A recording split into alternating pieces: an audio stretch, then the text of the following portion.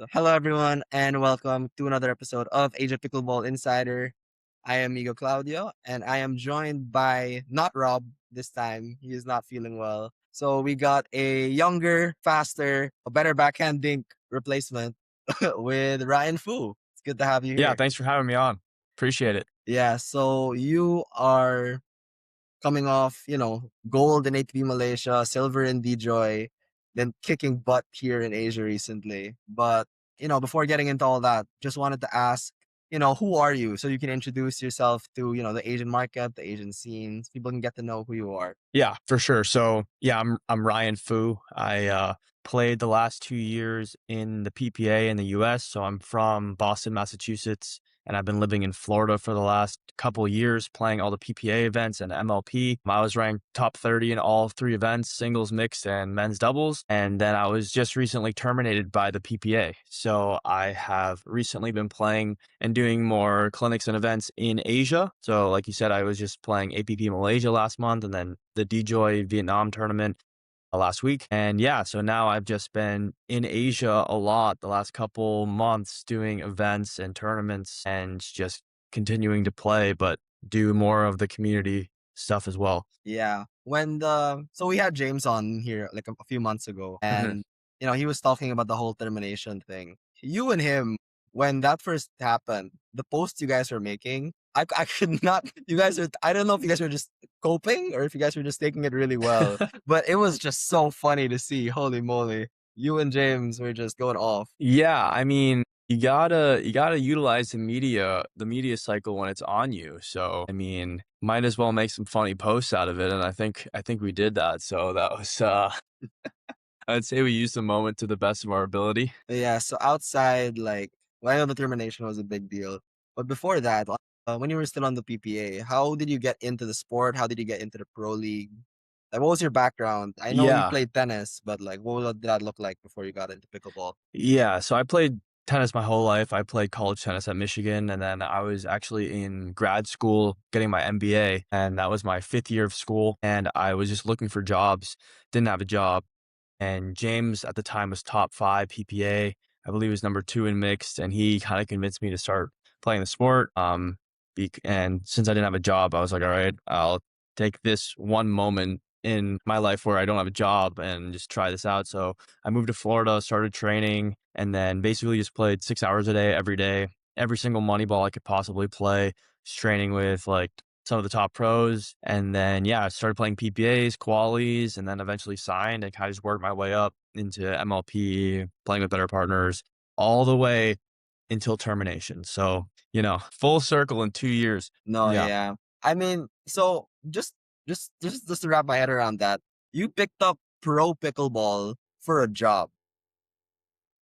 Yeah, yeah. I had never played the sport and I was like, "All right, well, I'm watching it on TV." And I'm like, "Well, if these people can do this that I know some of these players other than James, like obviously I can do this." So I just moved to Florida without knowing the rules or playing before, and then I just started training and I was like, "Yeah, like this will probably work out." So you're literally the tennis guy who's like, "Oh yeah, this is easy," and then just does it. Pretty much. Yeah. And that's hilarious. So yeah, I mean, we talked a lot about termination already, but we got James's perspective on it. But if you want to talk about that, feel free to. Like, what was your? I know what happened with James that on that day, but what was your perspective like when it? Yeah, I mean, right when it happened was just my phone was blowing up and it happened at like 5 a.m. Japanese time. So I was kind of getting woken up and then I'm like, well, I wanted to sleep a little bit longer because of the jet lag, but whatever. They couldn't have done this at a time after I woke up. And then throughout the day, I was kind of just like coping with it in my head and kind of came to the conclusion that I just got roped in to this whole thing. I mean, every a lot of people have talked about it online already. I would say most people already know what actually is the reason why this all happened, so I don't really need to get into that, but No, yeah. I would say personally, I've been utilizing the termination to the best that I possibly could. I'm not really one to get too upset about anything. So I've just been starting to play Asia tournaments, do more clinics, probably go back to Japan and do more clinics. It's all good. Oh my gosh. Yeah, who's gonna punish you now? Yeah. But yeah, so with the events like you were talking about, you've been playing a lot more Asian tournaments. PP Malaysia taking home the gold Mm. there with Jack. D-Joy taking home silver with QD. What's it been like playing in these, these Asian cities? How have you been feeling like Asian pickleball has been evolving? How do you think it's been growing? And what's just the atmosphere like playing in these environments? Yeah, the atmosphere is pretty cool, especially when the crowd is packed. You can tell they're definitely big fans of the sport, not necessarily of me, but usually I've been on center, so I've been in front of them. Definitely QD got a lot of love. Vietnam and Malaysia, I found out are the two biggest spots for pickle right now in Asia. So it's been pretty cool to play in those two places. The people keep asking me like, how is the rec play? Like the rec play is crazy over here. The courts in Vietnam are busy 24/7, and there's a court every 2 feet. So that's been pretty crazy, but honestly, I'm just playing Americans in all these tournaments anyway, so I'm kinda like, "Why we could just play it in the US," but no, it's good to get the crowd, the Asian crowd involved too. It's fun. No, yeah, Vietnam is crazy. Vietnam is an anomaly even inside Asia. Like the Mhm. amount, I wouldn't even say dedication. They are just borderline addicted to the sport at this point, and $100%. it is wild. Yeah, you mentioned something interesting. You've been mainly playing Americans. I feel like there's some Asians in the lower brackets out in especially in doubles. Singles is a different story. Singles the Asians usually make it a bit further, but For sure. especially in doubles, it's really been the U.S. teams dominating there. So what do you think has been like the factor that's still making it so that what are Asian doubles teams missing that is Yeah. preventing them from moving up to that next level? Yeah, I mean, I would say it's 2 things. One is the background is usually ping pong or badminton, so the tendencies are a little bit different than pickleball should be. Like high balls for ping pong players are tough, and then badminton players, it's different shots. So it's just trying to figure out like the actual pickleball shots versus their sport. Another thing would be the players in the US are already better, so it's easier to train with top level players. Like if you're always competing against Ben Johns, eventually you're going to catch up to Ben John, or you won't catch up, but you'll get closer. If you're never playing against these top pros, then you don't really know exactly what that feels like to play against. So, the Americans come over and then they just have more experience. So yeah, it's a combination of a few things. They'll definitely catch up, of course, but I think since the majority of the players are already in the US, it's just harder for other countries to catch up if there's no people to practice with that are that level. Yeah, and that's why, and Rob mentioned this last week. It's a really good thing that a lot of these Asian players are getting exposure. Playing against Mhm. you guys in these Asian tournaments that are coming up. Even if they're not making it that far, they're getting that exposure where they're able to play against you guys, learn from that, improve for the next. And we actually saw it with, some of the PPA Asia tournaments last year that there was a full Vietnam team that was able to win one of those. 100%. And Yeah. yeah, so it's interesting to see, interesting insight. How about Malaysia? So you talked a lot about Vietnam. What would you say the Mhm. difference when Malaysia was like the first time you came over there and you played that? Yeah, I would say one of the differences is everyone can speak English in Malaysia, so teaching clinics is a lot easier there. Uh, Vietnam, less people speak, so it was more hear me just destroying them in games. Which is a little bit different. I only played 1 Malaysian team there and 1 Vietnamese team, so I'm not really too sure about I think the level overall is much higher in Vietnam, for sure. Like, they're higher level players, there's way more of those. Malaysia, they love it, but it seems to be more of a rec love right now, where Vietnam, it seems like everyone's or a lot of people are trying to, like, win money balls, go pro, like, they love QD. Malaysia needs like a QD to get the pro game increased, you know? Yeah, for sure, for sure. And I think the Philippines is kind of somewhere in the middle of Mm. two of those.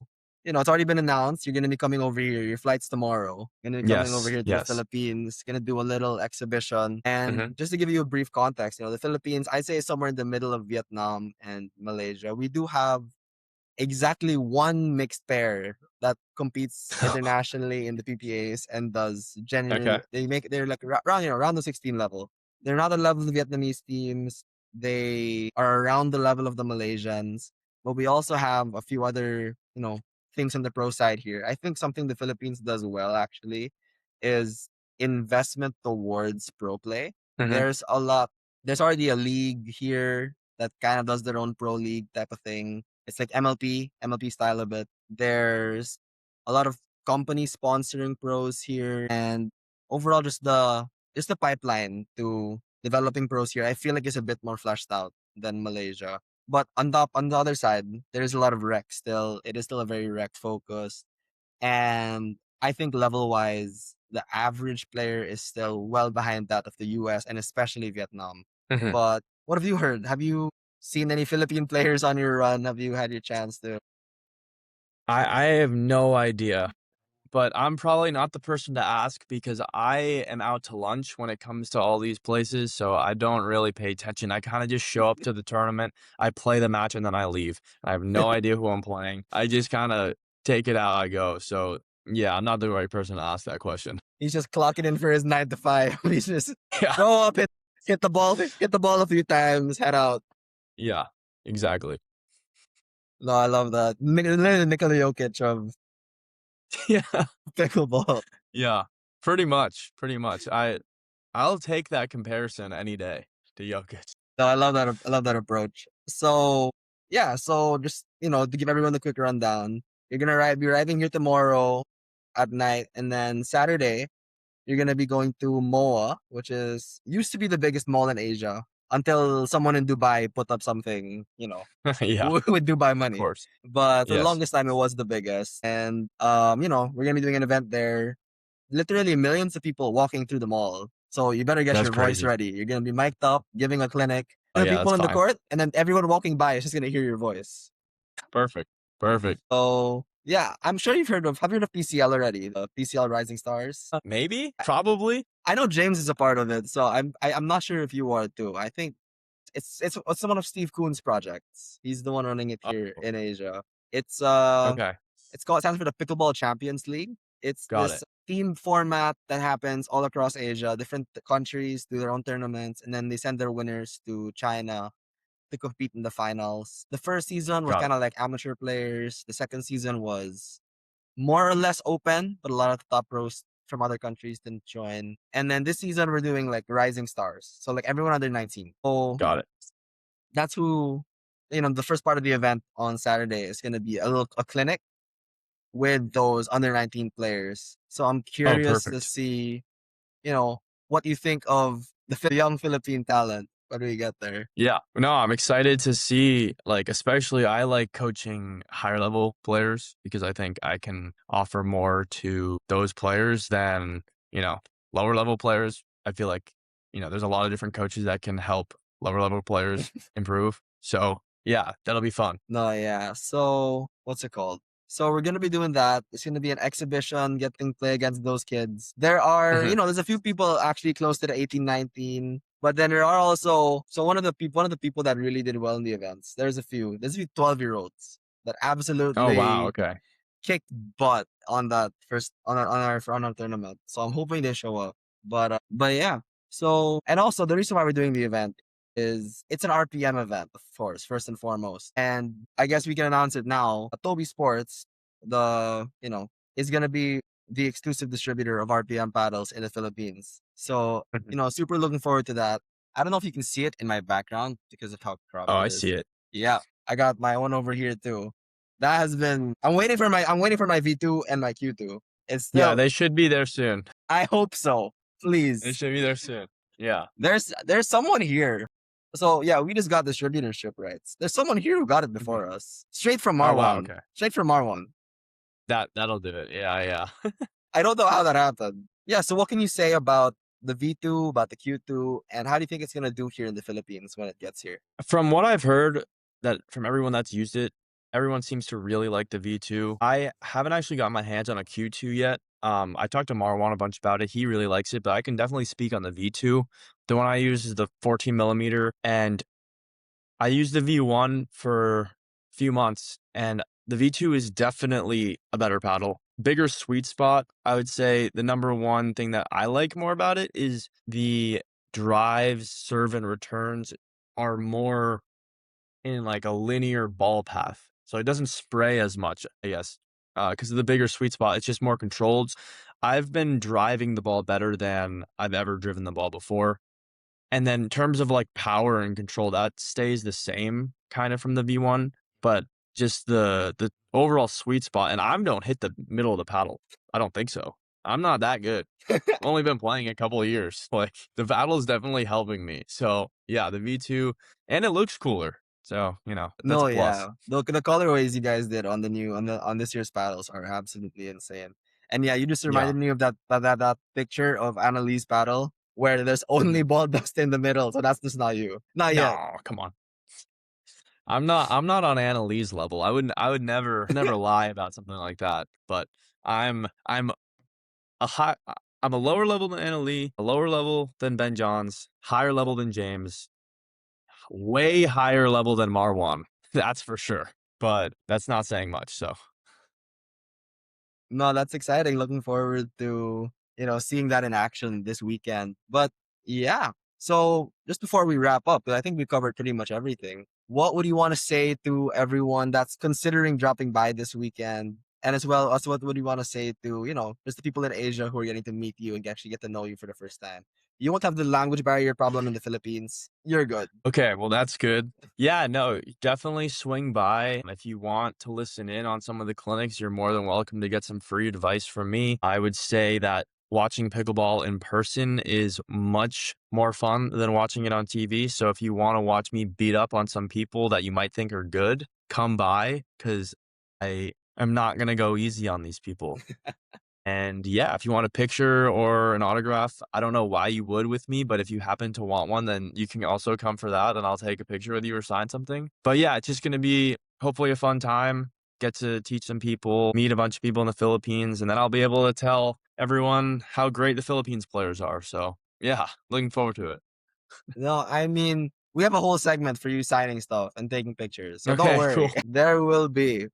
But yeah, so thank you so much for hopping on. Really appreciate your time. Super excited to, bring you around the Philippines, bring you around Manila, and show you what Philippine pickleball is like. So I know Sweet. I can't figure out if you're addicted to the sport or if you're genuinely just clocking in. Because, I, gue- I guess we'll leave that up to interpretation. all right. No, but we'll see. Because I can set you up with games if you want, or if you genuinely just don't want to play, we can just head out to eat. There's a ton of great places I want to, like, we can check out. Yeah, no. Filipino food. After we're clocking out right after. We're clocking out immediately after. All right. Fair enough. All right. All right. So thank you so Sweet. much, everyone, for watching. That's this week's episode of Asia Pickleball Insider. Don't forget to subscribe, and Ryan, if you want to shout out anything for people to follow and keep up with you. Just shout out RPM Pickleball. If you want to buy something, use my code Ryan15. Follow me on Instagram, RyanFuPB. Other than that, I'm clocking out. Yeah, it's 10 p.m. in Vietnam. He cannot be It's, doing this. I gotta go to sleep. Sorry, guys. All right. Thanks so much. See you guys All right, next week. man. Oh wait, hold on, because your thing has to upload.